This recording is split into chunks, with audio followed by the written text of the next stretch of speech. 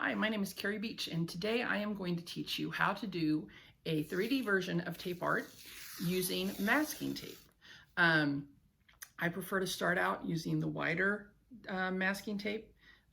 You can get it anywhere at hardware stores, and so that's basically what you need. So when you make some of the more advanced things, though, you will need a pair of scissors, but we'll get to those later. So to start out, every thing that we make is going to be folded from a tube. So you've got to learn how to make the tube before you can do anything else. The tube is by far the hardest part of this entire thing.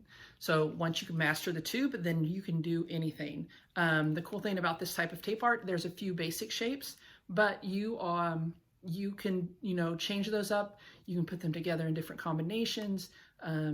It's just kind of it's a neat thing because you are kind of developing it as you go. So to start out with the tube, you get your tape, you're going to unroll it until you can put the tube, the roll between your knees, and the top of the tape will be about chest high. So like this. In a minute, I'm going to show you a close-up version of how to do this from my point of view so you can see what to do with the tape. So we've started out, we've got the roll between our knees, we've got the end of the tape a little bit higher than chest high, I guess it's probably about chin high. You're going to take the top right-hand corner and you're going to roll that back towards yourself.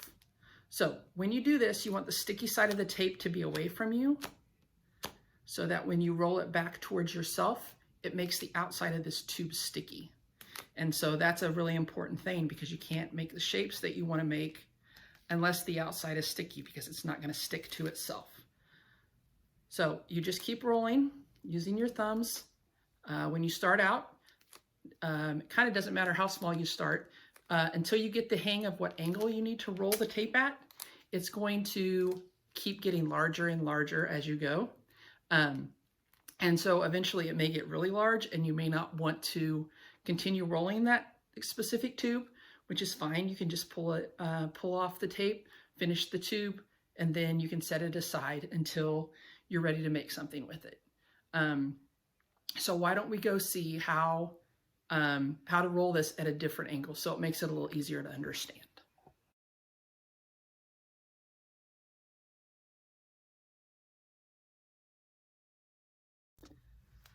So I wanted to give you a overview of how to roll the tubes that I just talked about. Remember, when you do this, you're going to be holding the tape vertically so that it's hanging in front of you. You want the end to be about chest high. You may want to hold the tube or the roll between your knees just to kind of take, so it's not swinging around in that. But you're going to start at the right-hand side and you flip the edge over just a little bit, and then you're going to roll the tube using your thumbs. So I generally roll using my bottom hand,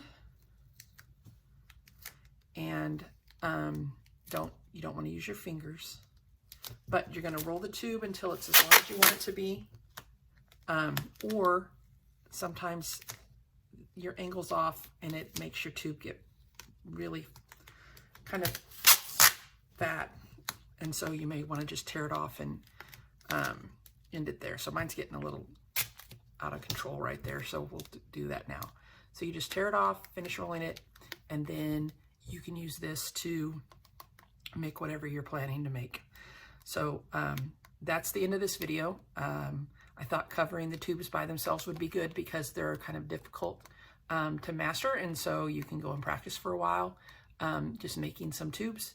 The next video is going to show you things that you can make with the tubes. And so go practice. Maybe go ahead and watch the next video so you can start making some things as you go along. And I guess I will talk to you later.